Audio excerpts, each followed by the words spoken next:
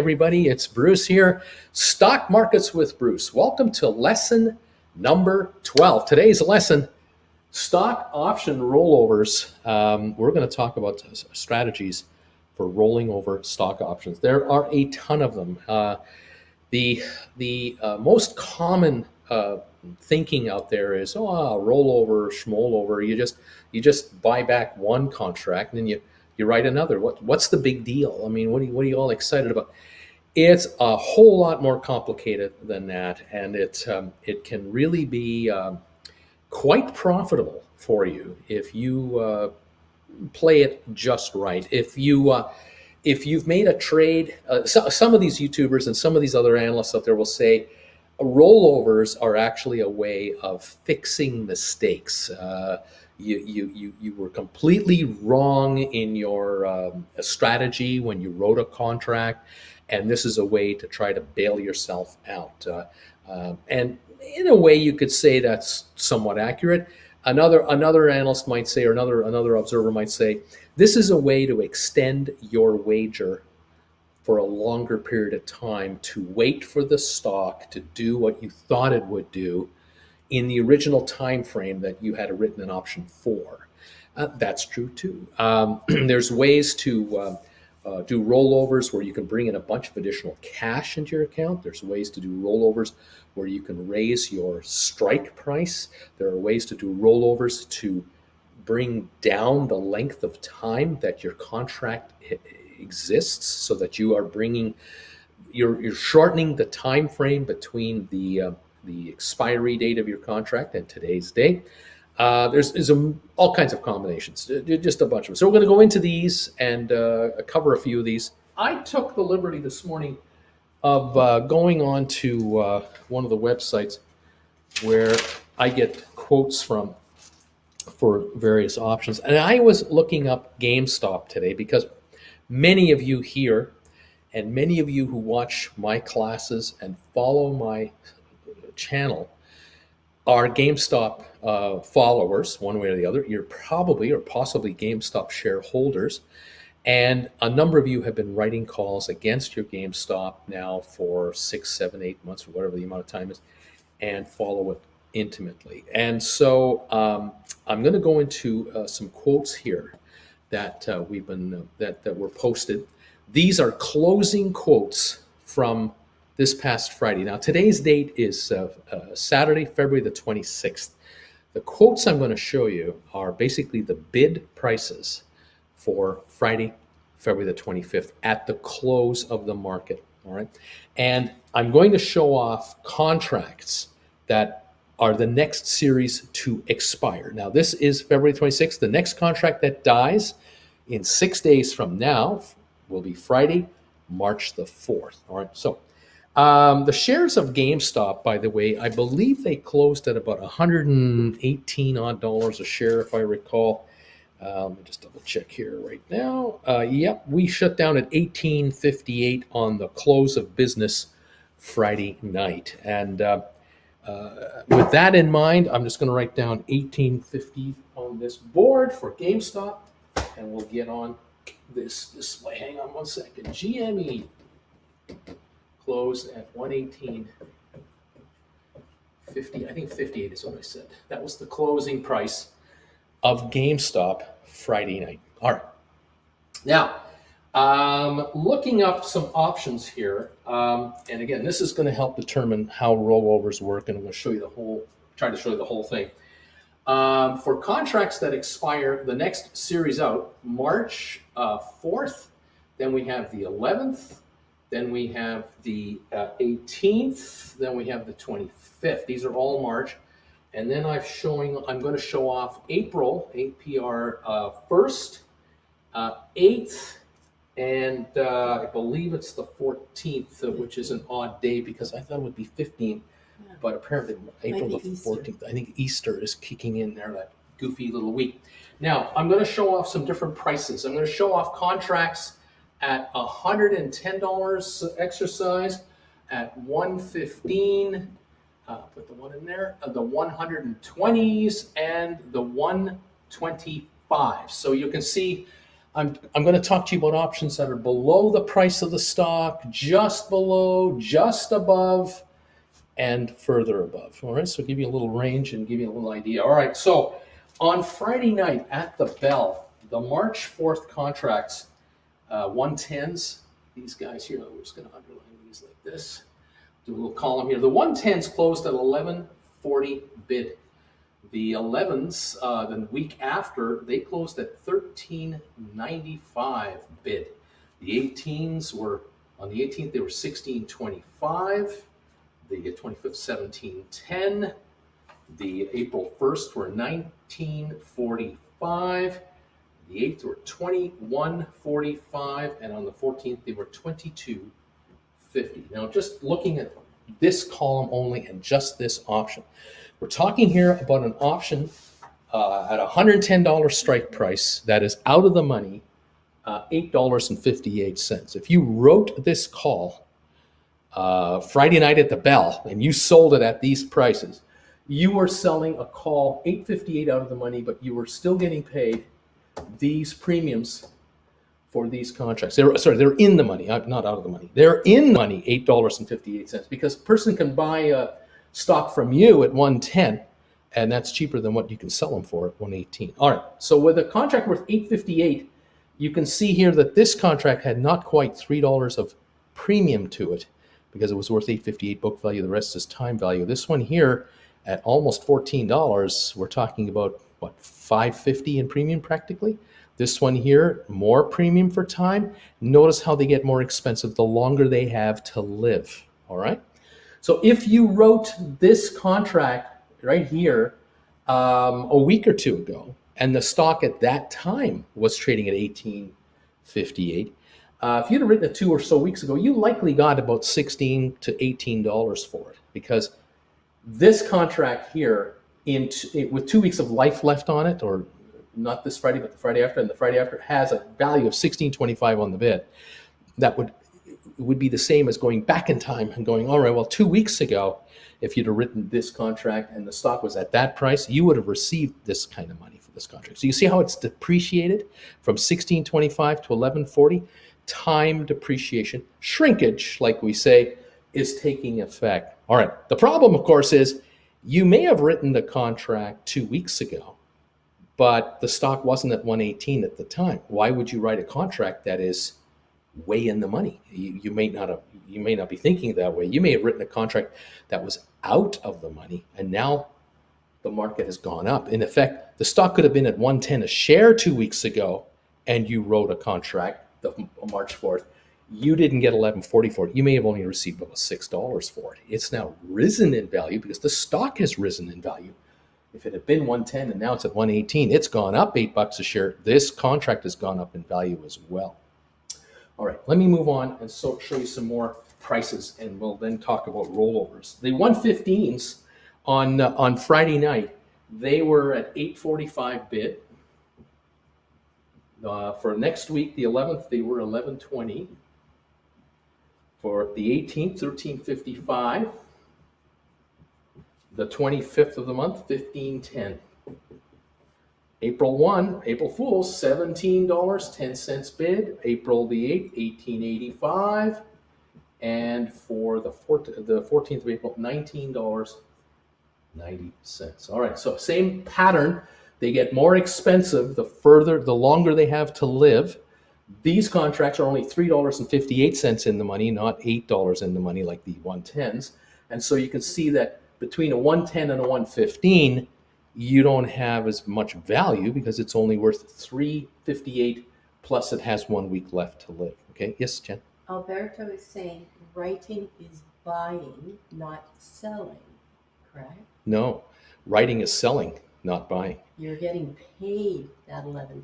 Correct. That $13.95, that $8.48. That's true. This is the bid of the contract. There was an ask for each one of these, but there were buyers willing to buy these contracts at these prices. If you have already sold a contract, you've written a contract or 2 or 3 or 10, whatever it is, you are looking to buy them back. These are the prices that people were willing to pay on the close for each of these contracts for all of these dates going forward. All right, so we're clear on that, I hope. Let's move on to the 120s quickly. The 120s were 6:30 bid with a March 4th expiry. For March 11th, they were 870. March 18th, they were 1135. March 25th, they're 1260 bid on Friday night. April 1st, these were 1505. April the 8th, they were 1715, and for April 14th, 1815. Okay. Finally, the 125s. These are way out of the money. They're about 650 out of the money. The March 4ths for Friday coming up are 450. That was the bid on Friday night, 450. The 11ths were showing 730. The 18s were showing 950. The 25ths were showing 1115. The April 1s are 1340. And the 8th of April, 1495. And finally, the 14th of April, 1620. All right. Okay, so now you see here this chart of all these quotes that I basically slapped together. Now, here's the situation. If you're going to do a rollover, the reason you will be doing a call option rollover is likely because you wrote a call option when the market was at a set price and the stock has gone up. You've written call options. Stock went up when you thought it would stay even or maybe go lower. And you found that the call you wrote is now worth more money than you received for it when you wrote it or sold it. Open to a sell to open transaction. It could have been that you may have written a March 4th expiry call at $11.40 a week ago. And the shares have gone up, but with time depreciation, because when you wrote the call, it had 2 weeks left to live. Now with 1 week left to live, it's still at $11.40 a share. So you haven't lost any money. You haven't made any money on the contract, but you are richer because your stock has gone up in value. If you had written this March 4th contract a week ago and the stock was 114 at the time, you can see this contract right here, the 11th. Even if the stock was 118, you could have written it for almost $14. And now you can buy it back for $11.40. But if you had written this stock, if the shares were down a few dollars from here and received $11.40, now the shares are up to $18.30, 58. You're still only having to pay $11.40 to get the contract back. You're not a loser, but you're not a winner, except you're a winner on the value of the stock itself that you're holding, using as collateral to write your calls. As a rollover strategy, however, you have to ask yourself, what am I going to do? I wrote this 110 call when the stock was about 110 or so, and the darn thing has gone up to 118. I want to not be $8 in the money on the call that I've written. I want to be holding calls that are closer to the market. And if this stock stays at 118.58 for the rest of this coming week, by Friday next week, yes, this will go down to 858 value because it's only worth 858 book value. But I was looking to score a much bigger profit than just a couple of dollars on this contract. If you wrote it for $8 originally and it's now at $11.40, you're down $3.40 a contract. So you're happy the stock is up, but you're not happy because your contract is off. You want to now correct this issue right here. And what can you do? Well, the simplest thing you can do, actually, that will put money in your pocket, actually, it'll give you more time to play this bet, this wager you've made against the stock. All you have to do is buy back this contract and sell this one. So if you buy back your March 4th contract for theoretically $11.40 and you write this one for $13.95, it's still exercisable at $110. But you just put the difference between this contract and this contract in your pocket in cash. You just brought in $2.55 a contract additionally into your account. If you originally sold this contract for $850, when you originally wrote it, you're losing by buying this back, but you're bringing more cash in by selling this off. And you haven't changed the wager at all except for the expiry date. It's a 110 contract against GameStop until March the 11th instead of March the 4th. And your attitude is, well, if between the 4th of March and the 11th of March, the shares go down to where they were when I first wrote this contract, the March 4th contract, then this contract won't be worth $14 anymore. It'll come back down to probably the $850 mark that I originally sold the first one at. And that would be great because I'll buy this $14 contract down in the 8 level. If you were really correct, and you had said to yourself, when this thing was at $114 a share, I wrote that $850 contract. This thing goes down to $105 a share. GameStop backs up $13 in the next week and a half. This contract will drop down to like $4, and you will be happy to give back $4 of the 14 you just brought in and keep the change and say thank you very much. Another strategy, of course, is, well, I don't want to just go for a 1 week rollover. That's still too close for me. I want to have a little more time, a little more breathing space. I want to go further out. I want more money. I want more cash in my account is what you're after. Well, why don't you sell the 18s then? March 18s and bring in 1625. Buy this one back for this roughly 1140 range and sell this one for 16. You've brought in about almost $5 more in money. Or go another week and bring in 1710. Or go another week and bring in $19. You can play this game at the same strike price as far out as you want. The only downside is that the further out you go, the longer you're going to have to wait for your ultimate return. But you'll get more because you're getting more time. You are using time as your secret weapon, as your loaded pistol to make your money. You're gathering up time by buying this contract back now and writing these contracts later. But you are not improving your position with regard to your strike price. You're still vulnerable to being exercised at 110 a share. Jen, did you have a question? And of course, you get to keep the original money that first $850 that someone paid you for. That first $850 you keep plus the difference. First premium you get to keep. Right, because remember, if you buy this back and then within 10 minutes you write another contract to replace it, the rollover, you are dishing out 1140, but now bringing in 14, 16, 17, 19, whichever one, all right?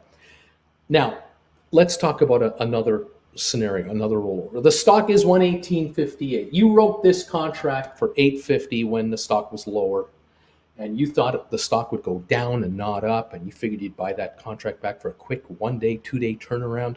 You were hoping to score maybe $3, $4 a contract and say, yeah, I'm making money on these quick turns, but it didn't happen. That's gone up now to 1140. Well, theoretically, for about the same amount of money, if you compare this contract to this contract, you could buy this one back and sell this one. You won't make any difference in the amount of money in your account, really. It's like 20 cents or something like that. No big deal here. But the big move is you've gone from a 110 contract to a 115 contract. You have raised the price of your stock on exercise. If someone buys them off of you and exercises your call, they have to give you $115 a share, not $110 a share. Now, for one contract, that's $500 more in your pocket. It isn't cash in your pocket the minute you make the switch because you're only going from here to here. There's no actual additional cash for you. Theoretically, if you buy this one back at, say, $11.45 as a stink buyer, you're a nickel higher than this guy, and you get it, and then you offer this contract, you might play the game of, well, it's $11.20 bid, but the offer is at $14. I'm going to sell this one for $13.95 or $13.90. I'm going to do a stink offer. You might get it, but you might not get it. But if you did get it, you're the big winner because you're selling this one for $13.90 because the market is $11.20 to $13.90. You're the only seller at $13.90. You might get it out. But on the other hand, you might not. You might have to take $12 or $12.50 for it, or you'll just you'll buy it at whatever you can get. So sell it for whatever you can get it for. In this raw example, bid to bid, all right, without offers being in play here, I'm not showing stink bids or stink offers at this point in time. Right here, it is a wash amount of money. It's a break-even scenario on cash in or out of your account, but you've moved up $5 in strike price. If you want to write a 120 instead of writing a 115, you want to get a $10 increase. You want your contract to be ahead of the market. You want to be writing an out of the money call, because right now you're in the money, 858. You want to get out of the money. You can't write the 11th for March contract. You're going to have to go down here to the March 18 contract using these examples, because here you can bring in 1135, and that's just about 1140. And again, this is a break-even trade in dollars on a rollover. So the rollover doesn't cost you money. It costs you time, but the reward is you are now out of the money on this contract. You're sitting on a 120 contract, and you're saying to the market, hey, you have to go higher now in order to want to exercise me out. If you want to take me out at 120, you're not going to do it if the stock's 118.35. So if you have a feeling that, oh, I wrote this call, the stock was like 114, 115. I wrote this call for March the 4th, 110 exercise price. I figured it would go down. I was wrong. It went up.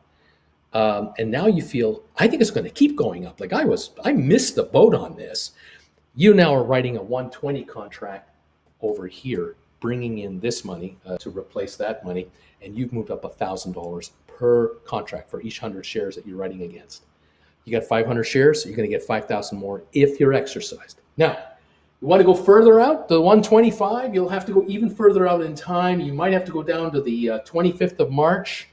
You might want to consider going to April 1st, but you're going to have to add more time to stay ahead of the market. But in this case, of course, you're going from a 110 contract to a 125 contract, and you're moving up $15 on the exercise price of the contract.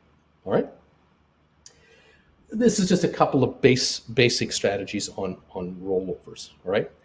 A lot of people just want more time. They just want more time to get the trade right. They were wrong on the move. They sold this contract, or they sold this contract, and they didn't get as much for them as what they're trading at now. And they really just want more time to get out of jail. They don't want to go forward like 6-8 weeks. They only want to go forward 1 or 2 more weeks, if at all possible. Where other players will say, you know what, I'm an option writer, and that's all I do. I just write options, and the only reason I write stock options is to bring in cash. The cash that I bring in is paying bills for me, or allowing me to buy other investments, or it allows me to buy more shares of GameStop, and eventually I get another 100, another 100, another 100. I write more contracts. This is what I want, Bruce. I want to go from 1 contract to 10 contracts at a time, or from 6 to 9, or whatever the strategy is. So you're writing and writing and writing to bring in cash to be able to buy more stock and keep writing more contracts.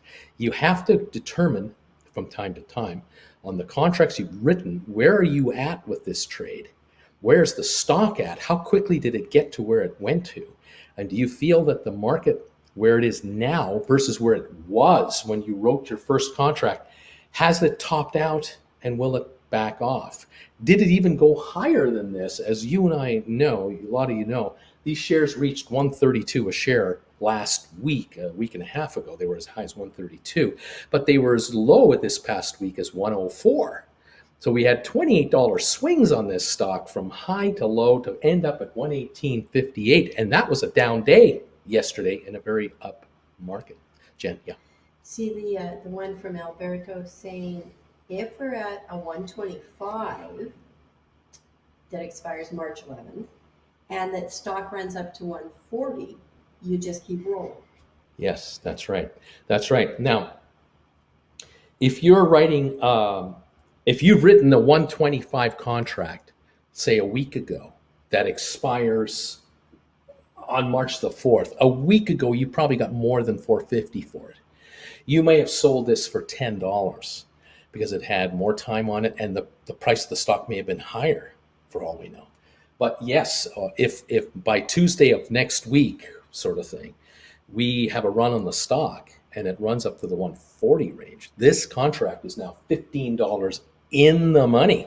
because the stock is way above 125. So this contract will likely trade at about, I would guess, $17, $17.50. It'll trade for. So now your strategy has to be, well, I can wait until Friday to make my move, because that's when this contract expires, March the 4th. I can wait until Friday to do my rollover if I want to. On the one hand, you might say, well, you know what? This contract is only trading at $2 of premium. It's trading at $17 a share. It's worth 15. There's only $2 of time value on it now, because most of the value of this contract is its book value, because the stock's gone all the way up to 140. So you may already Monday or Tuesday or Wednesday be thinking, if the shares move to 140 very quickly, Monday morning, Monday afternoon, by Tuesday or Wednesday, you might already be looking to do your next rollover already, and you're not going to wait until Friday. And the rollover might be that you're going to just move up $5 or $10 in premium to try to bring in additional cash and keep the time frame short, because your thinking might be, it got up to 140, but geez, that was a lot of movement in a short period of time. Maybe it'll back off to 133, 132, take a little breather. It might not go all the way down to 118 again, but it might back off into that low 130 range before it gets ready for another assault at 142, whatever. You might then want to be writing a call that expires the next week, the Friday the 11th, with maybe a 135 expiry or a strike price. You might want to go from 125 to 135 to be closer to the market. Let the stock come back to you. Let it back off and shrink in time to afford you a profit on the rollover. Right? Yes. Explain how George is saying the only risk is that the stock runs to $140 and now it's too expensive to buy it back. Explain how that works. All right. So if you you've taken a position on GameStop and you've written $120 calls, and you wrote them this past week when the stock was, whatever, 118, 119, 120, you wrote 120 calls, and they expired a couple of weeks, you may have written contracts that have brought you, $9 to $12 a piece. All right, let's call it $10. Let's run wrong. You wrote a 120 call for a $10 premium. Well, you're in effect offering your stock for sale for $130, because you're going to get 120 on exercise plus that premium you got, $10. You're guaranteed $130 if you get taken out. All right. You're not going to get taken out if the stock doesn't go over 120 for sure. No one's going to buy your stock from you at 120 if they can buy it from the street at 119 or less or whatever. Because they already gave you $10 for it. Well, the option buyer, but the rest of the option market, right?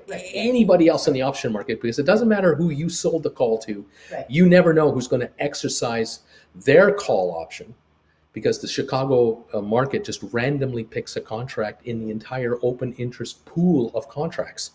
Now, if someone wants to exercise 20 contracts and they want to buy 2,000 shares of GameStop at 120, and you've written a 120, and there are 2,000 contracts in existence out there, 20 of those 2,000 are going to be exercised. Now, it could be 20 people each will have one contract exercised on them. Some folks had only written one, some folks had written two, some folks had written five. It's a complete crapshoot. So you might never get exercised. You might get immediately exercised. You never, ever know, all right?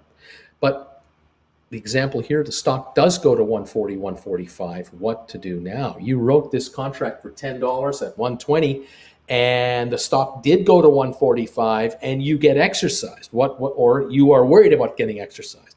What are you going to do? Your contract is $25 in the money, and there'll be time premium left on it if it does have a few weeks left to go. But again, a contract that is deep in the money usually doesn't have a fat premium on it. It has a much shorter premium. The further in the money it goes, it'll trade more on its value, the in the money value, rather than a premium value. So it could be that your $25 contract is trading at 27, 28, 28.50.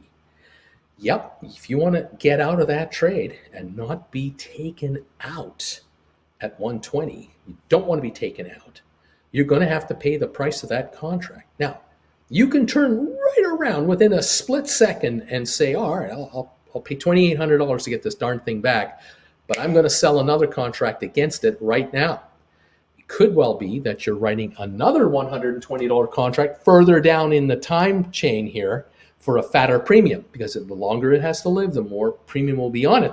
Or you're going to decide, yeah, it's at 145 a share. I want to write 130s or 135s. I want to get closer to this 145 value, but I want to get all that $28 back or more. And so you may end up writing, in this example here, you might, it's just not the same numbers we're talking about, but if you're paying back $28 to buy this call, you may have to go down the line 2 or 3 or 4 weeks to be able to write a higher strike price contract for the same amount of money you just paid to buy back your contract. So if I bring it back to this example where at 118.58, this contract is in the money. This writer here is upside down. This writer sold for $7 or $8 and it's now $11.40, and they want out of that trade. Well, they could just sell these contracts here for more money and give them more time for the stock to come back, or they can write this contract down here, or this contract down here, or this contract. They'll have to go all the way down here. Now, the further out you go, the more the value of the contract, but the further up you go on strike, the further longer you're going to have to go in time to get this kind of cash back. If you want to get $11.40 back and call it a day, you're going to have to write this contract all the way down here, 1, 2, 3 additional weeks. So that's the 25th of March.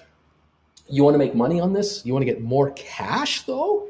You're going to have to write down here or down here. You're now into April 14 to get 1620. The good news is you got $500 more dollars, or $480 more from here to here. The bad news, well, sorry, 2 pieces of good news, 1 piece of bad news. First piece of good news, you got more money. Second piece of good news, you raised your strike price from 110 to 125. That's a $15 bump. The bad news, you've given away a lot of time now. You've had to pay with the clock. So instead of this contract dying on Friday, it dies on April the 14th. But your attitude is, that's all right. I'm happy making this trade because I get the $480 cash now and $1,500 more if you take me out. So go ahead, take me out at 125. Give me the 16 on top of that. I just sold out for 141. Where's the stock? 145. Okay. Or if it's at 118 and you're taking me out at 141, fine. And you got your initial sale. That original money you got. Again, I told you about the difference between here plus that original money you received in the first place. It's all in your account. Correct. So again, a relatively conservative strategy. Yes, this is a relatively conservative strategy. The most conservative strategy out there. Harsh, but it isn't. Yeah, it isn't a harsh thing. The most conservative strategy is where you just go from this one to this one. You're just going to go, okay, all right, GameStop, you got me. I wrote this call when you were trading at 108, and gosh darn it, you went to 118 on me. You bugger you. I only got $5 on that call, but now it's like 11, and you went up to 118 on me. You bugger you. I'll tell you what, I'll give it another week. It's going to come back down. And so you roll over from this contract to this contract, move forward just 7 days, and you're bringing a little more money in on top of the money you got. If you brought in $5 on the first right, you're going to bring in another couple of dollars more, and you've given yourself another week for the stock to back off. Now, if the shares go down from 118 to 114, they don't go all the way down to where you thought, but they back up $4.58 to 114.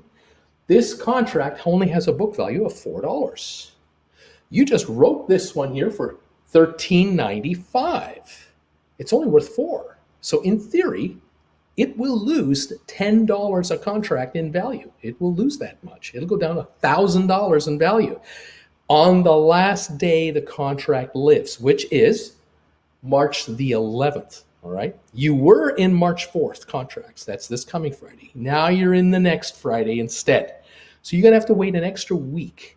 But for the extra week, you were paid the difference in price $2.55, $255 in cash up front to give it another week. The stock came back 458 only. It didn't come back more than that. You can buy this call back somewhere around the $4 to $5 level on the Thursday or Friday before it dies. So that's March 10th, 11th is when you should be able to buy it back. And you've locked in a nice return from this contract here, which bailed you out of this contract here. You're all right. See what I'm saying? And your stock is still up on the day. It's still up at 114. Remember, your stock was about 105, 106 bucks when you wrote the first time. It's now at 114. You're still up $7, $8 on your actual stock. And you made some money on that rollover. Okay? Yeah. So a couple of questions on timing. If you're watching me every day, which almost all of you do, you've watched all of my lessons. Most of you have, or a good number of you have.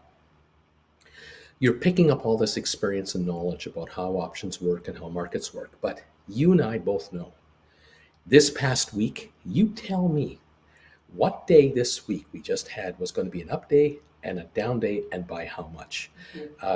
Were you going to predict on Friday that we were going to have an 850 point up day, and yet GameStop would go down? Were you going to tell me on Thursday that the market would be down hundreds of points, end up with a 90-point gain, and this thing was going to be up all day long? We don't know. And so the good news about rollovers is just looking at this chart right here, all right? This is a snapshot. That's all this is. This is a little click. All it is. It's a moment in time at the end of trading on Friday afternoon. What relevance does this have first thing Monday morning? Nothing. Why? Because we were already in the aftermarket Friday afternoon. We've been trading. We're going to trade the stock market in the pre-market on Monday, and option prices are directly tied to the price of the stock. And so Monday morning, when we open up for trading on the exchange at 9:30 Eastern time, the first trade of the day on GameStop might be $115 or $125 or somewhere in between, or higher or lower than that. I mean, we have no idea where this thing is going to open up. But here's the good news. In reality, once you let the market open up and start filling in all of its blanks, and the participants are coming into it within about 10, 15 minutes of the market rolling along, you're going to have another snapshot of contract values. And if these shares are somewhere around 116 to 120, these numbers won't be that far off. They'll be plus a little higher or a little lower than where they are now, depending on where the stock is. But if we figure the stock is going to open up between 116 and $120 on Monday morning, in the overall scheme of things, then we kind of know that, you know what, these contracts are going to be at this price. These are going to be higher. These will be higher the further down you go. That's always consistent. And it's relatively proportionate. Relatively proportionate, exactly right. So on Monday, these contracts have 4 days to go. On Tuesday, these have 3 days to go. On Wednesday, they have 2 days to go, and so on. And these have 9 days to go. In 98765, these have 15, 14, 13, 12 days. These have 20, 19, 18. Each contract every day will lose money. Value, time. They all lose time. Time is money. And depending on where you're at and what strike price you have and how far out you go, it's all proportionate. So you could say, well, yeah, look at this 120 right here. It's out of the money. It has no book value. It's only time premium. This contract has 5 days left to go. As of Friday night, it has 5 trading days left to live. This has $1.20 or so a day to live. $1.20 a day is what it's going to lose. This one here has 10 days of life left in it. That's 87 cents a day of shrinkage.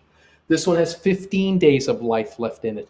This one has 20 days of life left in it, which means this one will lose 63 cents a day, 20 days out, every day, on average. But keep in mind that with 2 weeks gone, 1, 2, this contract will eventually be worth $6.30 when it has 5 days left to go. When it's up to 20 days to go, it has more total value, but on a per day basis, it's all proportionate. And so you as a rollover customer, as a potential rollover client, you are always looking forward for your next move on whatever contract you have. Theoretically, if you write a contract that's out of the money, like this one here, you've written a 125, and you receive 10 for it, it's now down to 450. It's down to 450 with 5 days to go, 5 trading days. 90 cents a day is what this is going to have.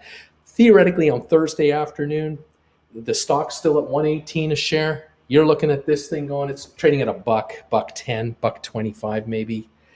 You might not want to buy it back. You might decide, I'm not buying it back. I'm going to let it die for zero because it is worth absolutely nothing on Friday afternoon. However, you all know, and I know that the GameStop is very, very volatile stock, and it can go up 10 bucks in one day and go back in the money. So you might buy it back for $1.25 and say, thank you very much. I sold it for $11.25. I'll buy it back for $1.25. I made 10 bucks, and I don't have to worry about the last 6 hours of the day on Friday anymore. As a matter of fact, you know what I'm going to do now? I'm going to take a look at my next contract that I'm going to write, because I want to write a contract that's 3-4 weeks out. I want to write a contract that's ahead of the market a ways. I'm looking for my next cash injection into my account. This last dollar, I'm not going to give a whole day for just last dollar. Plus the risks against it. No, thank you. Another question? So just, they're having a little bit of a conversation, just to remind everybody that the strike price, if you get exercised, that's what you get paid, Yes, not the market. that's right. Strike price. That's right. So if the market's at 118 and you wrote a 110 and you are exercised, you'll be paid 110 110 per share. per share. Yes. And you Yes. get to keep the premium you got You originally. get to keep the premium. That's And yes, just to remind people, when you're exercised, they have to pay you for it. That's right. If you were to buy this stock, if you would have bought these shares Friday night, right near the end of the day for $118.58, you've never owned it before, you bought 100 GameStop Friday late afternoon, you could have right away written a contract against it. If you have a margin account, you could have written a contract against it. Again, it's all theoretical. Well, if you had written a contract that's going to expire this coming Friday at $110, you're only going to get $110 for the stock you paid $118 for. But you will be paid $1,140 right now to offer up your stock at $110. So theoretically, you could say, well, Bruce, you know what? 40 cents and that's $119, and that on top, that's $130. I'm getting $130 For that. for this stock. I'm buying this stock for $118.58 on Friday. I wrote this contract right away for $11.40, and you know what? I want them to take me out, because if they take me out, I don't get $130, unfortunately. I get $121.40. Now, how do you figure that, Bruce? Well, it's so simple. You're going to get $110 a share plus $11.40. You're going to get $121.40 if you get exercised. You've made not quite $3. See what I mean? So, are you happy being exercised at this level? You might not be. You might be happier if you wrote this contract. You're getting $13.95 plus $110. You're going to get paid $123.95 for a purchase of $118.58, and that's in 2 weeks. Are you happy with that return? Take it. You want to get exercised on this one, maybe the 18th of March. You think the stock will stay above 110, and they will exercise you. You're thinking, oh, I want to be exercised. I want you to take me out, because you're going to have to give me 110, and I already got the 16.25 already. I'm getting 126.25. Take me out. I'm happy getting a $6 $7 product. Take me out. Which is why they don't. Which is why they don't. In real life, you don't get exercise. Well, in real life, you would if you're in the money. Right. You will if you're in the money, you'll be exercised. And if you decide I want to be exercised, well, you might as well get exercised for the biggest bang you can get. The question is, will the shares be ahead of 110 a share by the time exercise day comes along? Because gosh darn it, stocks don't work out sometimes the way you want them to. But if you're not afraid to get exercised, you'll sit there and go, well, you know what, Bruce, I tell you right now, the way this thing Ukraine's going and the way interest rates are going and everything else, I think GameStop can go back to $95 a share, despite what anyone else says. And so I'm not going to write out of the money calls. I'm not going to write 120s and 125s. No way. I'm writing in the money calls because I think the stock is going to go down and I want the premium to really drop off. But if I'm wrong and it stays where it is and goes higher, they can take me out and give me the profit anyway. Because I'll pay 115.58 and I'll write these 25 March for 1710 and I'll get 110 plus 17. I'll take 127.10 for my money. That's almost a $9 profit on this deal right here. If I'm a loser and I made $9 profit in less than a month, call me a loser. I'll make $9 a month per share, $900 per 100 shares, one contract, every month for a year. I'll take almost $11,000 off the table and be wrong each and every time. But if I'm right and the shares do go down and they go down from 118 to 110, these contracts all will go to zero when they run out of time. And this seller here, this writer, will buy these back for a lot less than they sold them for, depending on how long they want to wait to buy that contract back. All the while, they're hoping to get taken out. Buy me out. But there it is. If you want to get bought out at 115 because you think the stock's going to be above 115, well, then you'll write 115s. You'll bring in these premiums. Not as much as this one, but you're getting $500 more here. If you think the stock will be over 120 in the next week or two or three and you get exercised out, you'll write these. You won't bring in as much money as these guys, but you'll bring in some healthy cash plus 120 a share, saying, please do take me out. But the rollover strategy is such that you don't want to get taken out. You're a shareholder of GameStop and you want to be a shareholder for quite some time. You're quite happy being a shareholder of GameStop because you love the premiums that GameStop gives you every time you write a contract. And looking at the 120s that are out of the money, just for Friday's close, for 5 trading days, you're getting $6.30 of premium. And this thing has no value. It has no book value at all. It's out of the money. But if you're wrong and the stock goes up on you, you have that option now, that choice to take advantage of a rollover and bring in, give yourself more time and or move up in stock premium. Yeah. So Beach Boy is saying he knows that on expiration date, if they're in the money, it's automatically done. Yeah. What are the chances of it happening before expiration date? Yeah, it does happen from time to time, but it's a much lower probability. It would probably be a 90% less chance of probability before the final day of trading. After the bell on the final day, it's automatic. You're done. Everyone is exercised out, and everyone on the other side is exercised in. It's all automatic. Brokers charge fees for all of this. They love doing this stuff. They love to exercise you by force because your contract is in the money. They make these fees.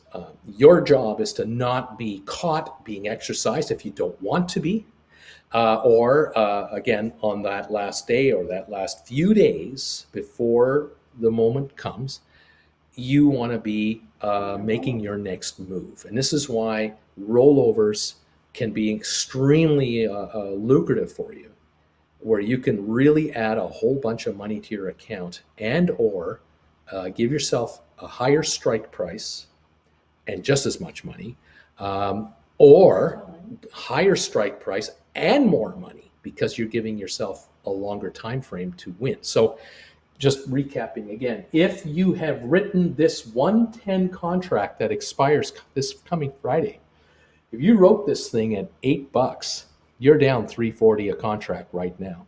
And if by next week, Thursday, the stock is still trading around these prices here, this contract will not be trading at $11.40 anymore. With a day and a half to go or a day to go in life, it'll probably trade around $9 to $9.50. So the good news is even this contract that has 5 days left to go will lose premium between tonight, Saturday, this day today, February the 26th, and on March the 4th. But if on March the 3rd, that's Thursday, this contract could be at $9.50 to $10, even if the stock's still at $118.58. All right. But you are in the money and you're going to be exercised if you don't do something about it by Friday's close. So the strategy then is, well, I'll just roll over my contract, I'll buy it back, and I'll write another one. And the simplest move you can make is just, I'll buy this one and I'll just sell this one now. And I'll get more money for it. If this one's only worth 9, this one will be worth about 11. This one will be about 14, because these will all lose a couple of bucks next week in time value, time shrinkage. They'll all lose something because they're all worth $8.58. That's all these contracts are worth, is $8.58. That's the total value of their book value. These are worth $3.58. Every value you see here is actually $3.58 in book value as of Friday night's close. So obviously, if you are going to roll over, you can roll over from here to here, or you can go from here to here, or from here to here if you want, or you can go from here to here. How high do you want to go in strike price, and how far out are you willing to go in time? Those are the two questions. If you just want to break even on the option and give yourself more time to wait this thing out, and you'd like to be a little closer to the market, well, then you can just go from here to here, say, or here to here, for instance. You're up $5 on the strike price, so you're no longer in 110s, you're in 115s now. Stock was 118, you're a little closer to the market, and you still only went out 1 week. That's all you did. Here you went out 1 week, just took the cash. You didn't change the strike price, you took extra cash. Here you kind of lost 20 cents, but you got $5 more on strike price. If you want to go to 120s because you want to be ahead of the market, because the market got ahead of you, you want to now leapfrog the market and get ahead of it, you've got to give us some more time. Now you're down to the 18th of March. But you can do this trade on March the 3rd, the 2nd, the 1st. You don't have to wait till the 4th. It's all a question of when you're comfortable to make your switch from one to the other, all right? But if your attitude is, Bruce, I got bills, man. This is month end you're talking about here. This is my life. It's February the 26th. I got bills, month end. I need cash, man. I was supposed to buy this thing back for like $2, and it isn't happening, and I need money. Well, then you can either write calls down here for the same strike price and bring in money, bringing in $19.45 against an $1,140 buy. There's $800 per contract. Take the cash, spend it on bills. Or write this contract from here to here and move up $5. Or write this contract down to here and bring in $600-700 and move up $10 on the strike. You have options, you have choices that you can make to either bring in more cash or just simply roll forward, give me a little more time to take care of what I need to take care of here. The platforms are a phenomenal invention in the last few years, and they've made it really easy for you to buy and sell stock. But what many of you are figuring out, whether you're trying to buy shares of a company, sell or write a call option, and or buy and buy back a call option, you are figuring out that if you do market transactions, you may or may not get the best deal for you and your pocketbook. So when I say to you that on Friday night, this contract, this $110 contract, there was a buyer willing to pay $11.40 for this contract. What I'm not telling you is that there was a seller willing to sell this contract for about $13.40, $2 higher than the buyer was willing to pay. Now, a $2 spread on a contract, those of you who know what I'm talking about, we're talking $200 difference in price, a $2 differential between a buy and a sell order, a buy bid and a seller. That $2 is $200 in real money. If you're trying to buy back a call and then sell another call to replace it, a rollover, if you're dealing with contracts that have $2 spreads, where this one has an 11 to a 13 spread, and this one has an 11 to 13 spread, here's what's going to happen. You're going to pay 13 to buy this one. You're only going to get 11 when you sell this one. You're going to lose $200 on the rollover because you put in a platform trading rollover order that is a market order on each end.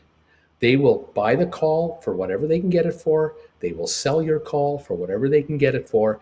And if these contracts have $2 spreads, you are going to lose money. You're not going to even break even on the trade.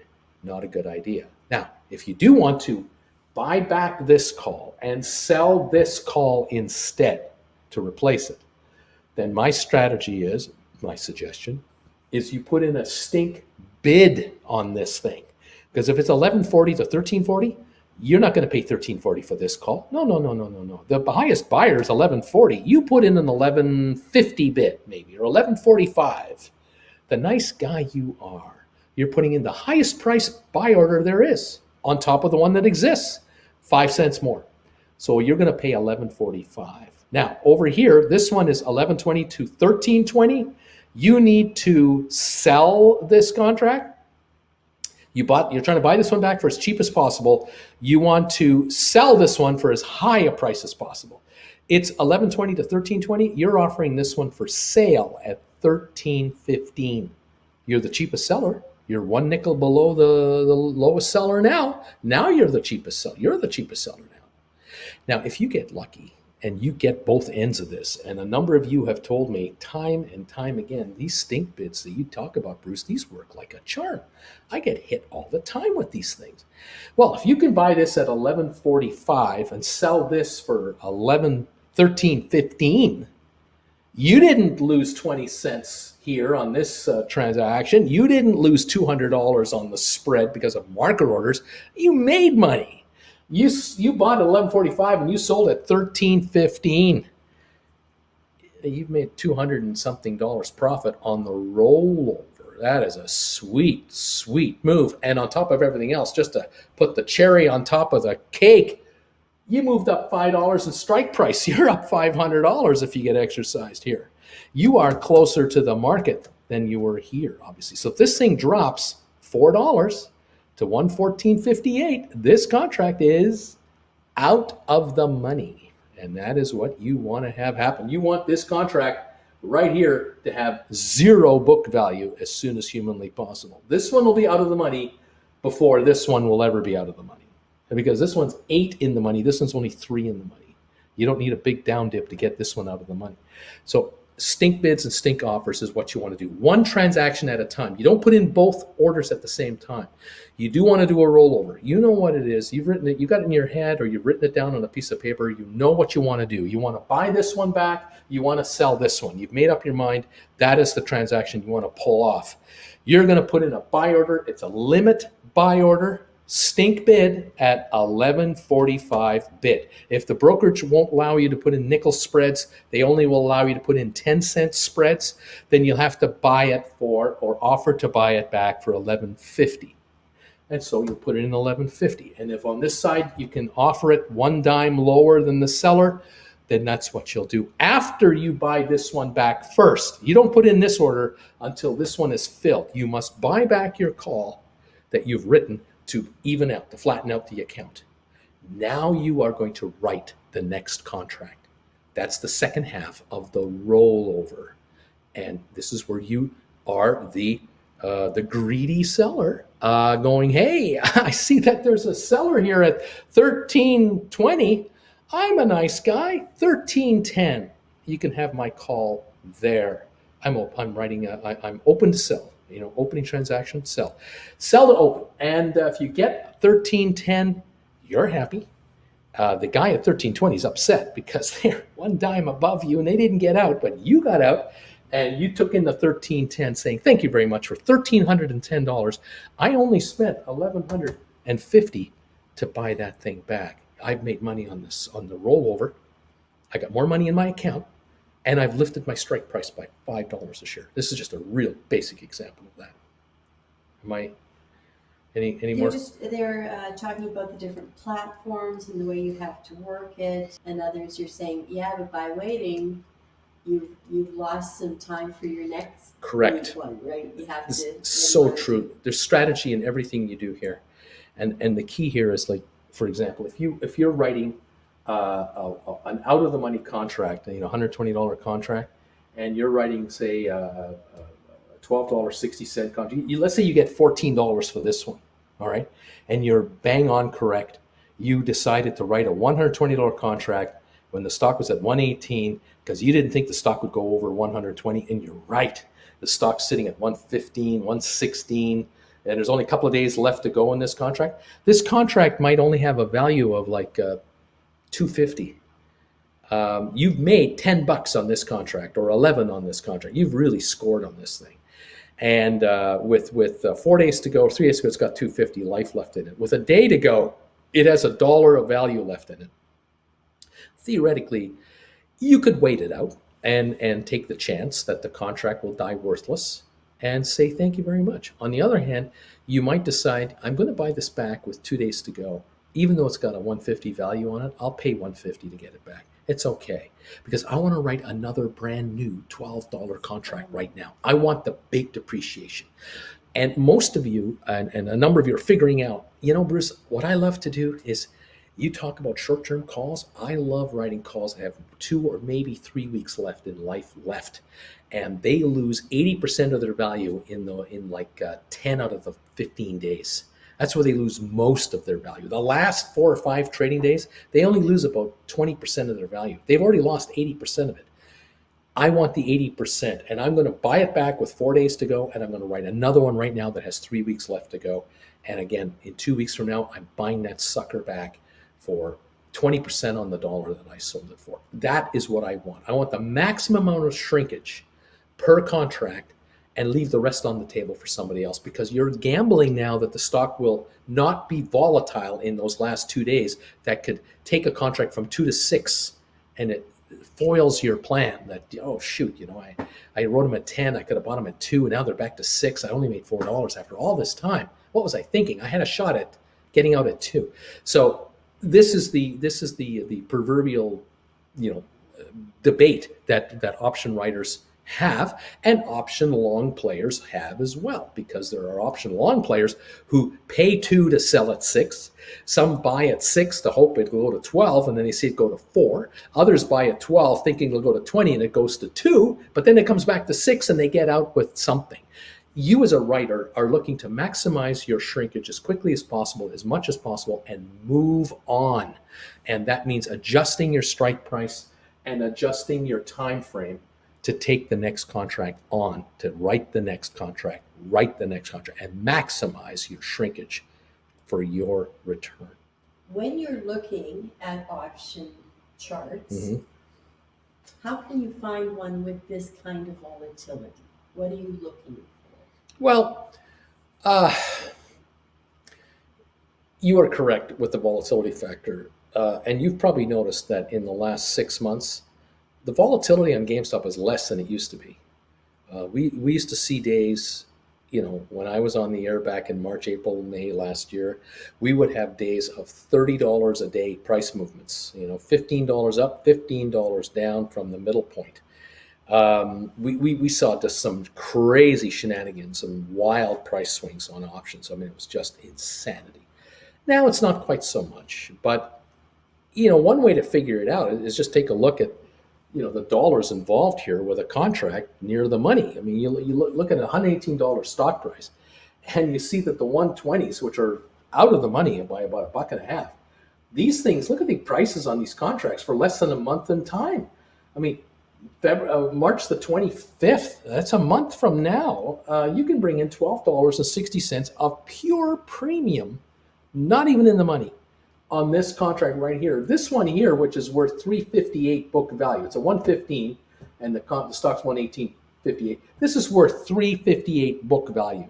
You can bring in $15 for this contract. Now, I like this one better than this one, because this one at 12 whatever, it's all premium. It's an out of the money call. And I'm thinking, you know what, Bruce, if I just hold this thing for like a couple of weeks, it's going to go down next week to $11.35 if the stock is still at this price. If I hold it for 2 weeks, it's going to go down to $8.70 if this stock stays right here. And in 3 weeks, it's going to go down to $6.30. I can double my money. I can, in effect, make a 50% return on my cash if I sell this thing here and buy it up here. And I don't have to wait for the end of the contract to do this. I love these premiums. Now, On some stocks that are trading at maybe 1/10 the price of this stock, a stock that's trading at $11.85, if you can get 1/10 of these prices on a contract on a stock that trades at $11.85, it's just as volatile. It has just as much volatility. The catch of it all is if you want to play GameStop, you have to have 100 shares. 100 shares at $118 is $11,800. Whereas a contract, buy 100 shares of a stock that's 1/10 the value, $11.80, it's $1,185 to get into 100 shares. So those of you out there who are sitting on $5,000, you don't have 20,000 to throw around. You have $5,000. You might be picking up contracts on stock on, say, buying stock like SoFi, $12 a share, or you're buying Rocket Lab.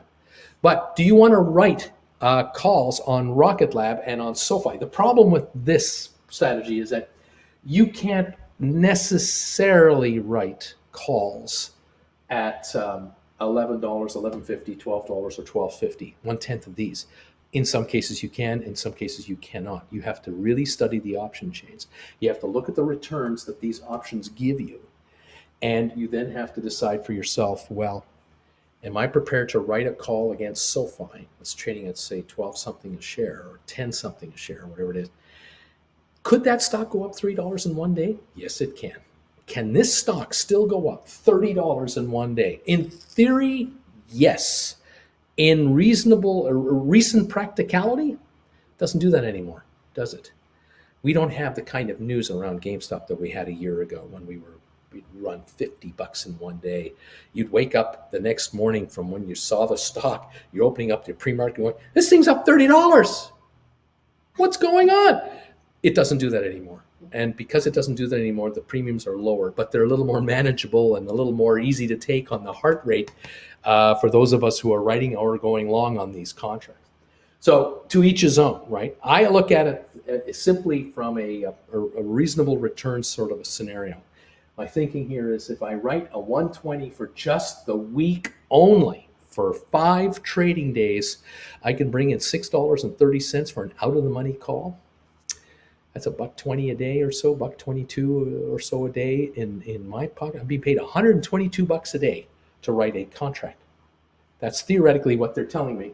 If I sell this $120 contract for $6.30, you are paying me $1.20 or so every day, $120 to just write this thing. If I write it for 2 weeks, then I'm being paid $87 a day because it's 87 cents a day of shrinkage, 10 trading days for this thing to disappear. I write this one, I get more, obviously. So the more time I give you, the more I get. If I go further out, I have to go much higher out, much further out to get a bigger pot. But I can do that. If I feel, though, that this stock was 110 a few days ago and it's run up to 118 right now, and I think it might go back to 110 again, I might write the 115 for this one right here. And that's $112 a day for 10 days if I'm right. If it stays under 115 by the 10th day, next week, the week after Friday, this is worthless. I keep all 1120. My brain, though, is saying, Bruce, you know what I love doing? I love selling these for $11.20, and I love buying these back at about $4 each. Give me the $800 as soon as humanly possible. Just go down on Monday from 118 to 110 during the day on Monday, and I'm happy to buy this thing back for $6. Lovely one-day trade, $500 profit on one contract. I can do that a couple of times a week, 2-3 times a week. It's $1,000 a week, $1,500 a week. That's $50,000 to $75,000 a year, just on a contract of GameStop. This is what appeals to me. All right. Rollovers. Continuing on rollovers. Let's make sure we stay on top of this. Rollovers. The key here is, what is your strategy on writing options? What do you want from the writing option game?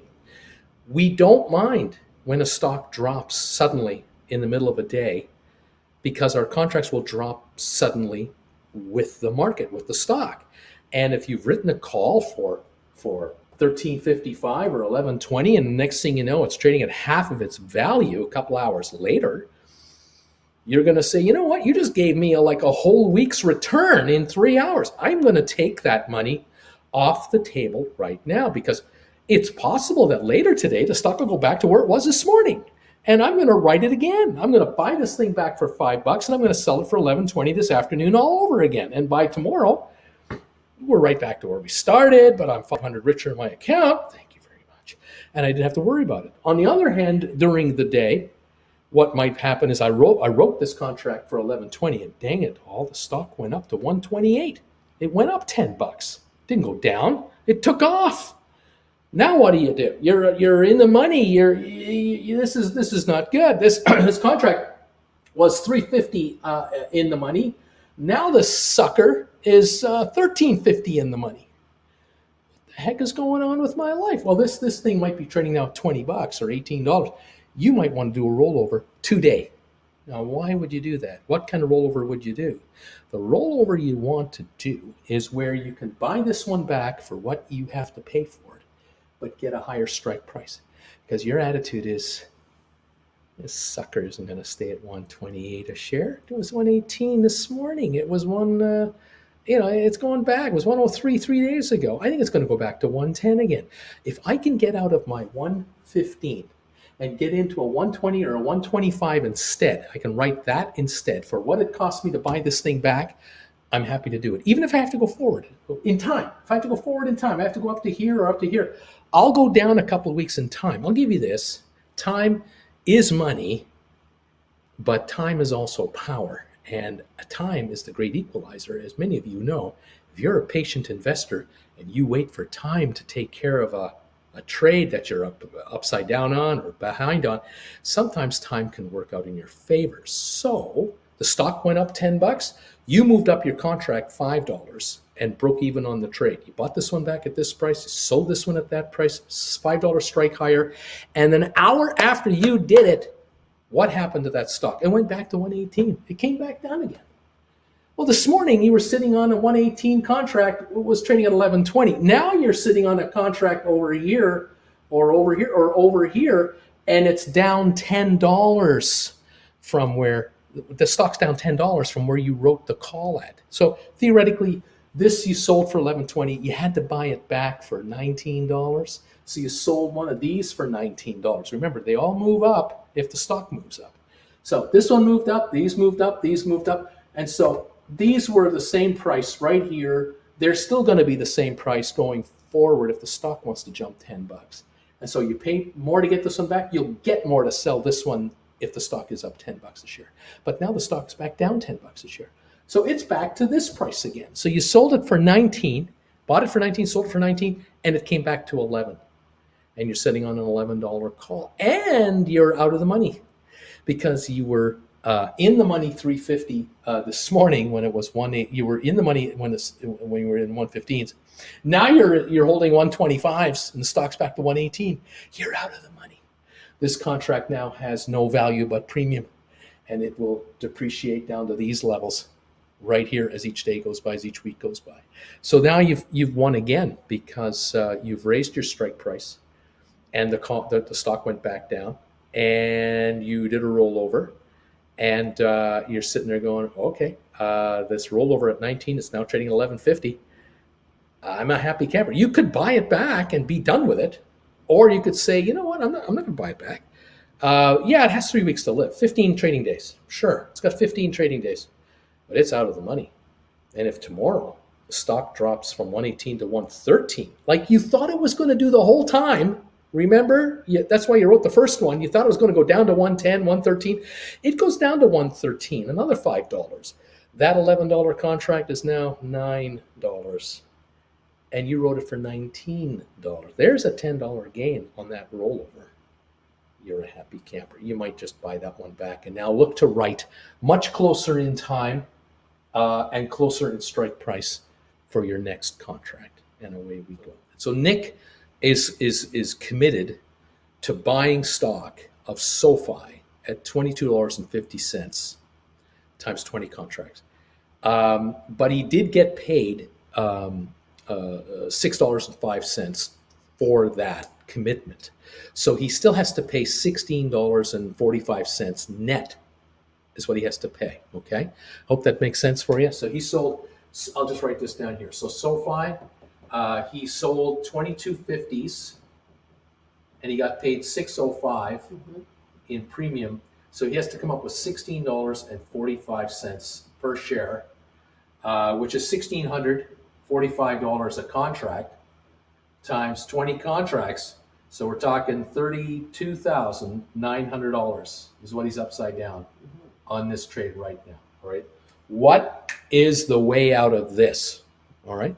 Well, he wrote him for 2023, so he went way out in time, right? If he were to buy these back, he would be buying them back for a much higher price than what he sold them for, but he would then be able to theoretically turn around and sell perhaps a January 2024 contract and bring in more money than the 60. Well, then let's put it this way: he'll bring in more money than he's paying, but he's still way out of the money, isn't he? Okay. So SoFi closed at $10.67 on Friday night. Okay, 10.67. So in theory, all right, everything's theoretical. The stock closed at 10.67. He has to pay $22.50 for the stock, less the premium he got for the writing the contract. So he's going to pay $16.45 for a stock that's trading at 10.67. Do you follow me right now? So let's just write this over here. $16.45 is what it's going to cost him to net buy this stock, but he can sell it right away. If he did sell it right away, he would sell it for $10. And again, theoretically only, Friday night he could have sold it for $10.67 a share. All right. Take the difference rate. So it's just under $6. It looks like it's about $5.80 something. Around $5.85 is the loss per share times 2,000 shares. So he's actually down about, in real terms, he's actually down about $11,600 is what he's actually losing if he were to sell the stock right away. If he kept the stock, he keeps the stock. He could turn around and decide, well, now that I own these 2,000 shares, I got they made me buy them. I have these shares in my hot little hands. He could now sell a call contract against those shares. But which ones should he write and for how much? And to get as much back of this $10,000, $11,000 he's down right now, well, theoretically he can write a call option for January 2023. These the same time frame that these had. I'm assuming he was to be exercised Monday morning, which unlikely he will be, but let's say he was. So he now wants to write a January 2023 call option against his stock. How much would he get for it? And could he, how much could he recover his cash? Can he recover a chunk of his losses? And also, or can he do a rollover on these puts to get out from underneath the weight of this transaction? Okay. So in theory, if he were to write a $10 call option on, let's say this all happened Friday afternoon before the bell, if just before the bell, if he were to have written a $10 call option against his stock that he paid theoretically $16.45 for, even though the stock's at $10.67, he would have brought in on a $10 contract about $3.50 a share in premium. So he would have got back $3.50 of the $5.85 he's down. But he now is on the hook to give up his stock at $10 a share until next January. So that's a losing trade. If he were to have written a $12.50 contract to get $2.50 more in premium total, instead of getting $10 premium strike price, get a $12.50 strike price, he would have received about $2.60 a share, which would have brought him $15.10 in total. But again, he just paid $16.45. That's not going to give him a win. If he writes a $15 call for January 23, he would have received about $2, which would give him $17 if the stock went up enough for him to be exercised out at $15 a share. 17 would give him a win, and he'd get out of jail. That's if he if he got exercised and he wrote calls. All right. Now that's January 23 calls. If he goes further out, and he can go to April 2023 and write calls. He'll bring in more money. If he wrote 15s instead of getting about $2, he would get about $2.35. If he wrote 1750s, instead of bringing in $1.50, he would have brought in about $1.80, $1.85, a little more. You're using this strategy instead of a rollover because he was exercised. Because he was exercised. I'm just assuming if he was. The stock. But he has not been Right. exercised. So now let's go back to the put rollover. The rollover. All right. So the rollover scenario, ignoring the GameStop stuff up there. So January 23's, the contracts that he's written, all right, and he said that he wrote puts. He wrote 2250 puts. The 2250 puts were showing a 1250 bid on the bell on Friday night. All right. If he were to write a $25 put instead, he could pay $14.80. He'd actually bring in another $2.30, but he'd be on the hook for a $5 higher price. Not a good plan. So if he were to go forward in time on his puts to say April 2023, his 2250s would bring him a little more money, maybe where are we at from, would bring only about 20-30 cents more, would absolutely be useless. The 25s would only bring him $2.50 more in cash. If he went out to December 2023, let me see here what we have here, December 2023, his 2250s would bring him $13, which is only 50 cents more. His 25s would bring him $15.30, which is only 30 cents more, so that's useless. January 2024, if he went that far out, he would bring in for a 2250 $13.20. So he'd bring in what about $1? Is that about $1 more when it's all said and done? $12.50 to $13.50 ish. Not quite $13.50. He'd bring in $100 more per contract, still leaving him way underneath, way out. So he doesn't get bailed out on this move at all. Theoretically, if he wrote 30s, he was prepared to pay $30 for the stock until January 2024. He would get almost $20 on a $30 put contract in cash. That would add $7+ in cash to his account right now per share. And he would lower his cost of buying the stock, but you have to add a year to the package. My advice on this is do nothing at the moment, because first of all, earnings are coming out on, was it Monday or Tuesday? And we had an 880 low on the stock just the other day. Now we're at 1060 something. And they had a nice news 10, release 20. on the wrong day. That's true.